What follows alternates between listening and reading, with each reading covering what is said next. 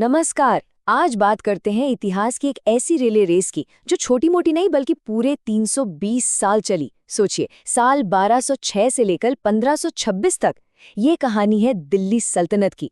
एक ऐसी दौड़ जिसमें 5 अलग अलग राजवंशों ने हिस्सा लिया। सत्ता की मशाल एक हाथ से दूसरे हाथ में जाती रही और इस पूरी रेस में एक साम्राज्य कई बार बना और कई बार बिखरा। इसे एक तरह की डायनेस्टिक रिले रेस समझिए। हर राजवंश आता, अपनी दौड़ पूरी करता और सत्ता की मशाल अगले को सौंप देता। और इस पूरी रेस का एक मूक गवाह था, ये शानदार कुतुब मीनार।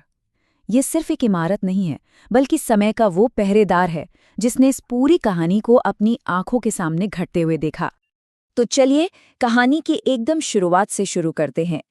देखिए, सल्तनत की नींव कोई रातों रात नहीं रखी गई थी। ये उस तूफान के बाद बनी जब हमलों की लगातार लहरों ने पुरानी ताकतों को कमजोर कर दिया और एक नए साम्राज्य के लिए कह सकते हैं कि जमीन तैयार कर दी। इसकी जड़ें काफी गहरी हैं। समझिए 712 ईस्वी तक जाती हैं, जब मोहम्मद बिन कासिम का पहला हमला हुआ। फिर महमूद गजनवी के छापे पड़े, जिसने पूरे उत्तर भारत को हिलाकर रख दिया था। लेकिन जो असली टर्निंग पॉइंट था वो आया 1192 में, तराइन की दूसरी लड़ाई। यहां पर मोहम्मद गोरी की जीत बस एक जीत नहीं थी, ये वो चाबी थी जिसने दिल्ली सल्तनत का दरवाजा हमेशा हमेशा के लिए खोल दिया। और इसी जीत के साथ रेस का पहला धावक मैदान में उतरा। ये था मामलुक या गुलाम वंश, जिसकी स्थापना किसी शहजादे ने नहीं बल्कि मोहम्मद गोरी के ही एक पूर्व गुलाम ने की थी। ये थे कुतुबुद्दीन ऐबक। इन्होंने ही कुतुब मीनार का निर्माण शुरू करवाया था, लेकिन किस्मत को शायद कुछ और ही मंजूर था। उनका शासनकाल बहुत छोटा रहा। सिर्फ 4 साल बाद 1210 में पोलो खेलते हुए घोड़े से गिरने से उनकी मौत हो गई और सल्तनत की नींव एक बार फिर हिल गई। और यही कहानी में एक दिलचस्प मोड़ आता है। देखिए, ऐबक ने शुरुआत तो की, पर सल्तनत को असल में मजबूत करने, उसे एक शक्ल देने और दिल्ली को अपनी राजधानी बनाने का काम किया उनके दामाद इल्तुतमिश ने। इसीलिए कई इतिहासकार उन्हें ही सल्तनत का असली संस्थापक मानते हैं। उन्होंने एक कमाल का एडमिनिस्ट्रेटिव सिस्टम बनाया जिसे इक्ता प्रणाली कहते हैं। सोचिए, एक विशाल साम्राज्य को चलाने के लिए कैश चाहिए था जो हमेशा कम पड़ता था। तो इल्तुतमिश ने क्या किया? उन्होंने अधिकारियों को सैलरी के बदले जमीन दे दी जिससे वो टैक्स वसूल सके। इस एक आइडिया ने सल्तनत को अंदर से बहुत मजबूत कर दिया। इल्तुतमिश ने एक और ऐसा कदम उठाया जो उस समय के लिए एक तरह से क्रांतिकारी था। उन्होंने अपने बेटों को छोड़कर अपनी काबिल बेटी रजिया को अपना वारिस चुना। रजिया सुल्तान दिल्ली की पहली और एकमात्र महिला शासक बनी, लेकिन उस दौर के पुरुष प्रधान दरबार ने उन्हें कभी चैन से शासन करने ही नहीं दिया। और ये हमारी रिले रेस का सबसे बेहतरीन सबूत है। जरा कुतुब मीनार को देखिए। जैसा कि यहाँ दिख रहा है, पहली मंजिल ऐबक ने बनवाई और उसके ऊपर की 3 मंजिलें इल्तुतमिश ने।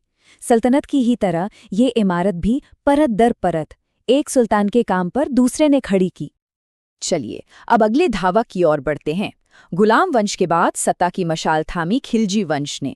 ये दौर था क्रूर, महत्वाकांक्षा का, जबरदस्त विस्तार का और कुछ बड़े कट्टरपंथी सुधारों का। और अब बात करते हैं अलाउद्दीन खिलजी की। एक ऐसा नाम जिसने सत्ता हासिल करने के लिए सारे नियम ताक पर रख दिए। उसने 1296 में अपने ही सगे चाचा सुल्तान जलालुद्दीन की धोखे से हत्या कर दी और खुद तख्त पर बैठ गया। और यहीं से सल्तनत के सबसे शक्तिशाली और सबसे विवादास्पद दौर की शुरुआत हुई। अलाउद्दीन एक मिलिट्री जीनियस था, इसमें कोई शक नहीं। उसने पहली बार एक स्थायी सेना बनाई और सैनिकों को कैश में सैलरी देना शुरू किया ताकि वो सीधे सुल्तान के वफादार रहें, किसी और के नहीं। भ्रष्टाचार रोकने के लिए उसने दाग प्रथा शुरू की, यानी घोड़ों को दागना, और चेहरा प्रथा, जिसमें सैनिकों का पूरा हुलिया लिखा जाता था। इन सुधारों ने उसे एक लगभग अजेय सेना दे दी। उसके सबसे काबिल सेनापति मलिक काफूर के नेतृत्व में खिलजी की सेनाओं ने वो कर दिखाया जो पहले किसी ने सोचा भी नहीं था। वे दक्षिण भारत के दूर दराज इलाकों तक पहुंच गई। इन जीतों से दिल्ली में सोने चांदी का जैसे सैलाब आ गया और सल्तनत अपने चरम पर पहुंच गई। खिलजियों के बाद रिले रेस का तीसरा चरण शुरू हुआ और इस बार मैदान में थे तुगलक। ये बुद्धिजीवियों और दूर की सोचने वाले शासकों का दौर था, जिनकी बड़ी बड़ी योजनाएं अक्सर बुरी तरह से नाकामयाब हो जाती थीं। इस वंश का सबसे मशहूर और शायद सबसे ज्यादा गलत समझा गया सुल्तान था मोहम्मद बिन तुगलक। वो अपने समय का शायद सबसे पढ़ा लिखा और बुद्धिमान शासक था, लेकिन उसकी योजनाएं जितनी शानदार थी ना, उनके नतीजे उतने ही विनाशकारी हुए। उसकी 5 बदनाम योजनाएं बहुत मशहूर हैं। दोआब में टैक्स बढ़ाना, पूरी की पूरी राजधानी को दिल्ली से दौलताबाद ले जाना और टोकन करेंसी चलाना। ये आइडियाज शायद अपने समय से बहुत आगे थे, लेकिन उन्हें लागू करने के खराब तरीके ने पूरे साम्राज्य को घुटनों पर ला दिया। मोहम्मद बिन तुगलक के बाद उसका चचेरा भाई फिरोज शाह तुगलक गद्दी पर बैठा, जो उससे बिल्कुल अलग था। जहां एक तरफ तुगलक बड़ी बड़ी योजनाओं में डूबा था, वहीं फिरोज शाह ने नहरें, शहर और अस्पताल बनवाने जैसे काम किए। और हाँ, उसने कुतुब मीनार की 5वीं मंजिल भी बनवाई, जिससे वो भी इस ऐतिहासिक इमारत के इतिहास से जुड़ गया। लेकिन तुगलकों की आपसी कमजोरियों ने बाहर से एक भयानक तबाही को न्योता दे दिया।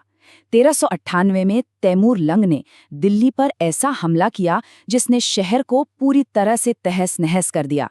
इस एक हमले ने तुगलक वंश को लगभग खत्म ही कर दिया और सल्तनत को एक ऐसा घाव दिया जो कभी भर नहीं पाया।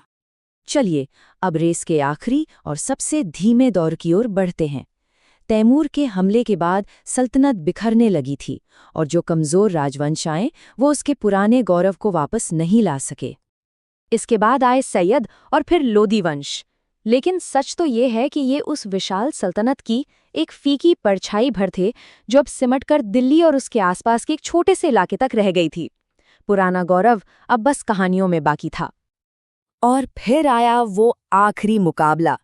एक तरफ था दिल्ली का आखिरी सुल्तान इब्राहिम लोधी, जो एक बिखरते हुए साम्राज्य पर जैसे तैसे शासन कर रहा था, और दूसरी तरफ था तैमूर का ही वंशज बाबर, जो अपने साथ आधुनिक तोपें और एक नया साम्राज्य बनाने का सपना लेकर आया था। साल था 1526। पानीपत की पहली लड़ाई में बाबर ने इब्राहिम लोधी को हरा दिया और इसी के साथ दिल्ली सल्तनत की 320 साल लंबी रिले रेस खत्म हो गई। एक युग का अंत हुआ और भारत में मुगल युग का आगाज हुआ। सल्तनत तो चली गई, लेकिन हमारी संस्कृति, हमारी वास्तुकला और हमारे प्रशासन पर अपनी एक गहरी छाप छोड़ गई। तो सवाल ये उठता है कि इस 300 साल से भी लंबे दौर की सबसे बड़ी विरासत क्या है? इस पर सोचिएगा जरूर।